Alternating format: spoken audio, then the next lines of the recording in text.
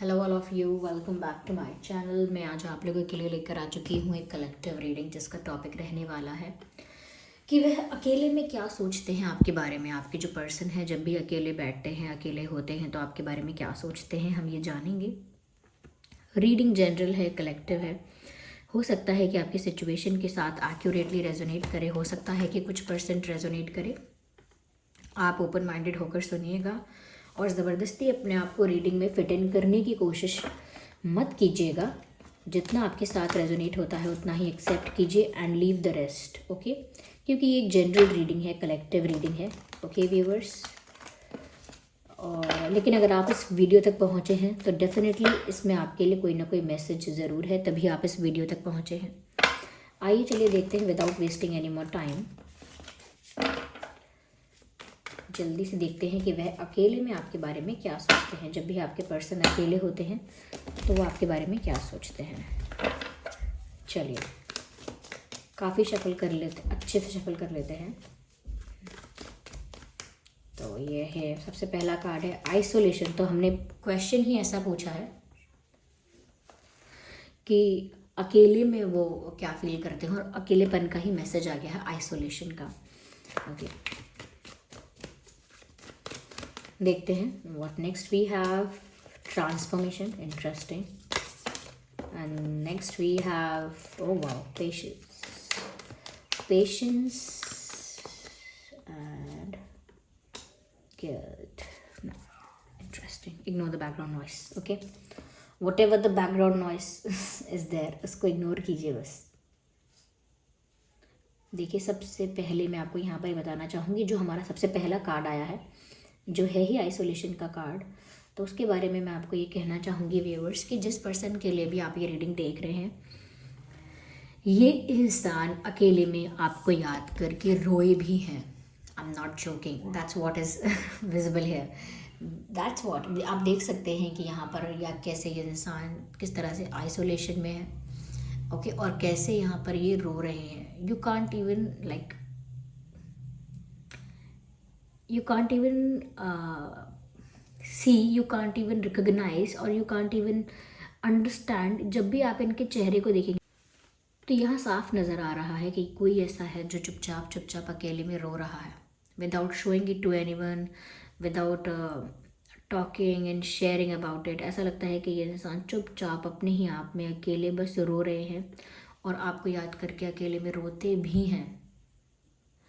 तो आइसोलेशन का कार्ड यूं ही नहीं आया, अकेले में ये इंसान आपको याद करके बहुत रोते हैं, आपकी तस्वीरों को देख के बहुत रोते हैं, और इस तरह से अकेले में जाके रोते हैं, या इस तरह से अकेले में अपने इमोशंस को एक्सप्रेस करते हैं जहाँ इनको कोई नहीं देखता, ना कोई देख सकता, ना किसी को पता चले कि कैसा फील करते हैं, और ना ही कोई इनके चेहरे को देखकर समझ पाता है कि ये इंसान अंदर से क्या फील कर रहा है। तो ये बहुत सीक्रेटिव भी हैं but at the same time बहुत सेंसिटिव भी हैं। तो अगर आप इंट्रोवर्ट टाइप के हैं, थोड़े सीक्रेटिव हैं, इंट्रोवर्ट हैं, उसके बाद अगर आप सेंसिटिव हैं, वो और ज़्यादा पेनफुल हो जाता है। जब इंसान रोता है तो ना वो शेयर कर सकता, ना वो किसी से कुछ एक्सपेक्ट कर सकता, क्योंकि वो शेयर ही नहीं कर रहा किसी से।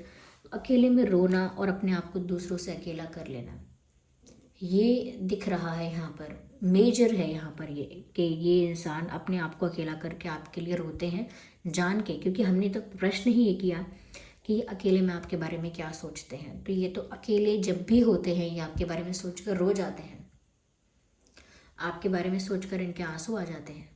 तो इनको भी व्यूअर्स अंदर से तकलीफ है, अंदर से दुख है, कोई भी है ये पर्सन। ओके, यहाँ पर बहुत लोगों के लिए मुझे लग रहा है कि ये रोना, दुखी होना, ये थर्ड पार्टी की वजह से हो सकता है। ये थर्ड पार्टी फैमिली या कोई करियर का इशू या कोई पास्ट इशू, कोई करेंटली भी कोई थर्ड पार्टी की वजह से इशू हुआ हो सकता है। तो ये भी हो सकता है फॉर लाइक 10 to 20% पीपल कि यहाँ पर ये दुखी हैं, और इनको गुस्सा और दुख इस बात का भी है कि थर्ड पार्टी की वजह से बहुत कुछ ख़राब हुआ है, बिगड़ा है। यहाँ पर व्यूअर्स मुझे ऐसा भी नज़र आ रहा है कि जब भी आपके पर्सन अकेले में होते हैं वो ये सोचते हैं कि वो कितना उनके अंदर बदलाव आया है, कितना उनकी लाइफ चेंज हो गई है, कितना वो अंदर से बदल चुके हैं।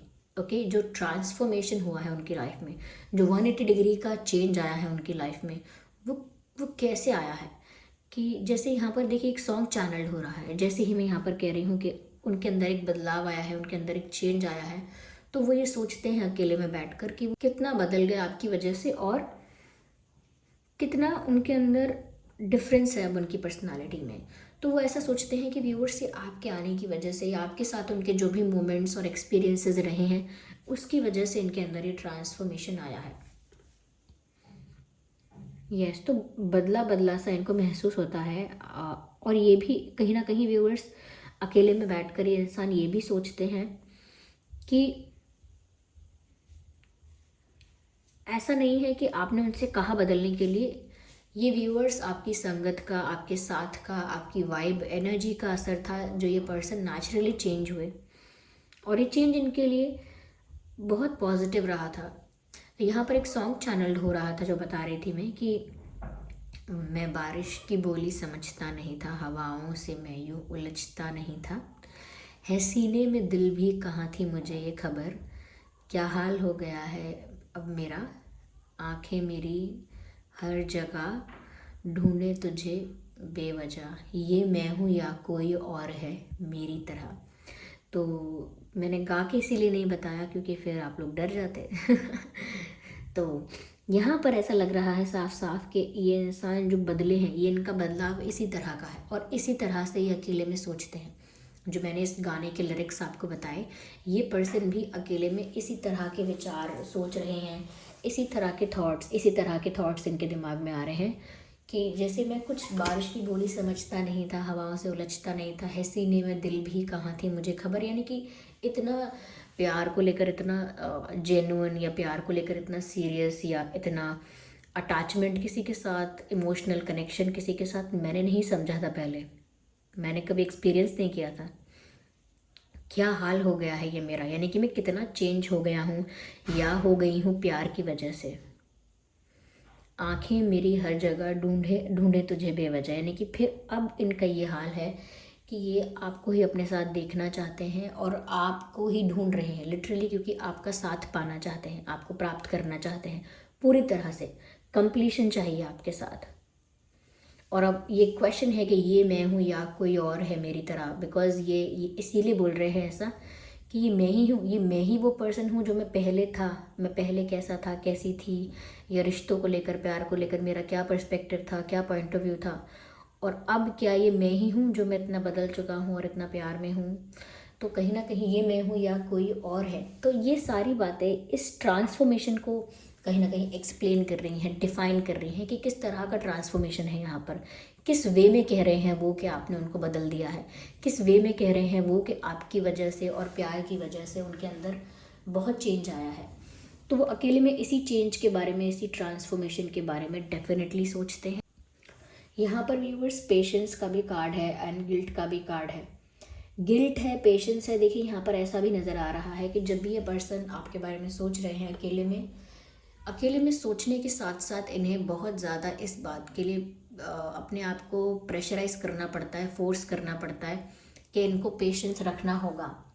इम्पेशेंट होकर कुछ नहीं हो पाएगा। कहीं ना कहीं ये इंसान पेशेंस लूज़ करते हैं क्योंकि जब ये आपको मिस करते हैं और ये रोते हैं, मैंने कहा ना ये अकेले में रोते हैं व्यूअर्स, तो ये इंसान आपको मिस करते हैं तो इनको कोई रोक नहीं सकता, इतने इमोशनल हो जाते हैं और इतना ज़्यादा आपकी तरफ एक पुल फील करते हैं, इतना आपकी तरफ एक खिंचाव महसूस करते हैं कि उनको लगता है कि बस वो आपके पास जाएं, आपको कन्फेस करें, आपको सब कुछ कहें, अपने दिल की बात, अपने दिल की हर एक बात आपको कन्फेस कर दे। तो उनका मन करता है कि वो आपके पास भाग कर जाएं और जो उनके दिल में है वो सब कह दें, लेकिन फिर वो अपने दिल को ज़बरदस्ती समझाते हैं, अपने मन को मनाते हैं कि नहीं, हमें पेशेंस रखना है, अभी पेशेंस रखना होगा, अभी इंतज़ार करना होगा, क्योंकि अभी कुछ ऐसा हुआ है व्यूअर्स जिसकी वजह से आप ओपन नहीं हो, आप शायद डिफेंसिव हो, आप शायद रेजिस्टेंस क्रिएट कर रहे हो। तो ऐसा नहीं है कि आप इनको हेट करते हो, ये भी जानते हैं कि आप इनको पसंद करते हो, दे ऑल्सो नो दैट, उनको भी पता है, लेकिन उनसे कुछ ऐसी मिस्टेक हुई है क्योंकि अब वो सीरियस हैं, अब वो ट्रांसफॉर्म हो चुके हैं, अब वो आपको मिस कर रहे हैं, लेकिन वो पहले ऐसा नहीं कर रहे थे। पहले शायद इन्होंने आपको फॉर ग्रांटेड लिया है या इस तरह से ट्रीट किया है या इस तरह से डिसरेस्पेक्ट कर दिया है या इस तरह से इग्नोर कर दिया है, कि आपका मन भर गया है। जैसे हम किसी को कोई हमको बहुत प्यार करे, बहुत अच्छे से ट्रीट करे और हम उसको फॉर ग्रांटेड लेते रहें, उसकी वैल्यू ना करें, उसकी इम्पोर्टेंस ना समझें, तो क्या होता है, वही इंसान थक हार के कहता है कि अब मेरा मन भर गया, बस बहुत कर लिया मैंने, अब बस आपने मेरे साथ जैसा बिहेव किया है, मेरे साथ जैसा व्यवहार किया है, उससे मेरा मन भर चुका है। तो कहीं ना कहीं आपका भी वो मन भर गया है और अब आप गए हैं थक। तो आप थक गए हैं, टायर्ड हो गए हैं और अब आपका मन नहीं है और ज़्यादा स्ट्रगल करने का सिर्फ प्यार के लिए। प्यार जो इतनी खूबसूरत चीज़ है, इतनी स्वीट फीलिंग है, इतना स्वीट इमोशन है, उसके लिए इतना स्ट्रगल करने के लिए आपका थक गए हैं आप, उसके लिए कोशिश कर करके आप थक गए हैं। तो लिटरली अब आप कुछ नहीं करना चाहते, ना कुछ सुनना चाहते। और इन्होंने जैसा आपके साथ बिहेव किया है, जैसा आपको ट्रीट किया, उस बात से ये इंसान बहुत गिल्टी भी है। Something they did to you जिसको अब वो खुद नहीं सह पा रहे हैं, यानी अपने आप से नज़र ही नहीं मिला पा रहे हैं ये। तो जब भी अकेले में होते हैं ना, और ज़्यादा गिल्टी फील करते हैं कि इन्होंने आपके साथ क्या किया, क्यों किया, इनकी बहुत बड़ी गलती थी, बहुत बड़ी भूल थी जो इन्होंने आपके साथ कुछ गलत किया, या आपको फॉर ग्रांटेड लिया, या डिसरिस्पेक्ट किया, अवॉइड किया, वट एवर गलत ट्रीट किया। तो अब उनको बहुत पछतावा होता है, पछतावे के साथ साथ बहुत रिग्रेट होता है, बहुत बुरा लगता है अंदर से। और कहीं ना कहीं ये इंसान जो है वो आपको अभी फेस नहीं कर सकते, क्योंकि अभी मैंने कहा ना, आप रेजिस्टेंस में हैं, क्योंकि अभी जो आपके साथ हुआ है आप उस चीज़ की वजह से किसी चीज़ के लिए ओपन नहीं है। और ओपन नहीं है तो अभी वो अगर आपको अप्रोच करेंगे, कुछ कन्फेस करेंगे, तो आपका मूड और ख़राब होगा। ओके, जिसे कहते हैं कि थोड़ा टाइम बीत जाने दो, पहले इंसान को थोड़ा नॉर्मल हो जाने दो। अभी अभी वो हर्ट हुआ है, वो किसी की बात नहीं सुनेगा, वो किसी पर विश्वास नहीं करेगा। तो यहाँ पर वो गिल्टी भी है, और जब भी वो आपके पास आकर आपको कुछ कन्फेस करके अपोलोजाइज करना चाहते हैं, वो आपको फेस ही नहीं कर सकते। उनको अपने मन को समझाना पड़ता है कि पेशेंस रखना बहुत ज़रूरी है, पेशेंस अभी रखना होगा, कि पेशेंस रखना बहुत ज़रूरी है, पेशेंस रखना होगा, विदाउट पेशेंस यहाँ कुछ नहीं हो पाएगा। ये बात वो समझते हैं। तो यही बातें हैं जो ये इंसान अकेले में सोचते हैं और बहुत पछताते हैं, दुखी होते हैं अपने किसी एक्शन पर। I don't know what's happening outside, dogs are playing और they are fighting, I don't know, ignore that noise. तो यहाँ पर ऐसा लगता है कि ये जो है इंसान दुखी हैं, रोते भी हैं, रिग्रेट में भी हैं, चेंज भी हो गए हैं। ओके, ऐसा लगता है जैसे ये कहना चाहते हैं, I am becoming better person और you have made me a better person. आपने मुझे एक बेटर इंसान बना दिया है, या आपकी वजह से मैं एक बेटर इंसान बन रहा हूँ, बन गया हूँ। लेकिन अब ये क्योंकि सही समय नहीं है और आप भी ओपन नहीं हो, डिफेंसिव हो, ट्रस्ट नहीं कर सकते हो, किसी की बात का विश्वास नहीं करोगे, मानोगे नहीं। दूसरा, ये भी आपको फेस नहीं कर सकते हैं, इस वजह से इनके पास कोई चॉइस ही नहीं है, they have to be patient enough. Okay, या तो ये कुछ बातें हैं जो ये पर्सन अकेले में आपके बारे में सोचते हैं। आइए चलिए हम थोड़ा और क्लैरिफाई करते हैं with a different deck, tarot deck को यूज़ करते हैं और देखते हैं कि और क्या सोचते हैं ये अकेले में आपके बारे में। So here we have this और दिस। व्यूअर्स, ये ना अकेले में बहुत ज़्यादा आपके बारे में सोच रहे हैं और ओवर थिंकिंग बहुत कर रहे हैं। ये ऐसा भी फील करते हैं कि इन्हें कोई डिसीजन तो लेना पड़ेगा, कोई एक्शन तो लेना पड़ेगा, क्योंकि अभी पेशेंस रखा हुआ है या अभी ओवर थिंकिंग करते जा रहे हैं, या सैड होते जा रहे हैं, या गिल्टी फील करते जा रहे हैं। इसका मतलब ये नहीं है कि आगे फ्यूचर में कोई एक्शन नहीं लेना चाहते, डेफिनेटली लेना चाहते हैं, लेकिन अभी तक वो डिसाइड नहीं कर पाए हैं कि भविष्य में आपके पास आना तो है, एक्शन तो लेना है, कन्फेस तो करना है, अपोलोजाइज तो करना है, लेकिन कब आएगा वो समय, कैसे करना है, बहुत सारी चीज़ों को लेकर अभी भी ये इंसान कंफ्यूज है। लेकिन अभी पेशेंस रखे हुए हैं कि ये उनका अभी सही समय नहीं है, या वो ऐसा सोच रहे हैं कि उनकी किस्मत में ये समय अभी अच्छा नहीं चल रहा है। कई लोग होते हैं ना, कहते हैं अभी कोई काम मत करो, अभी हमारा समय ठीक नहीं चल रहा। तो इनको भी लग रहा है कि डेस्टिनी इनके फेवर में इस वक्त नहीं है। तो ये कंफ्यूज भी है कि ये लेंगे तो क्या एक्शन लेंगे, करेंगे तो क्या करेंगे। ओके, पर इतना इनको पता है कि आना आपकी तरफ ही है। Okay, at the end of the day they have to move towards you. उनको आपकी तरफ ही बढ़ना पड़ेगा, they have no other option. उनको खुद को ऐसा लगता है, तो वो तो चाहते हैं मूवमेंट आपकी तरफ, वो तो चाहते हैं आपकी तरफ आना, हो सकता है आप लोगों में रिलीजन डिफरेंस है कोई, या कास्ट डिफरेंस है, या कुछ कुछ कल्चर का डिफरेंस है, पर डिफरेंस हो सकता है, एज गैप हो सकता है।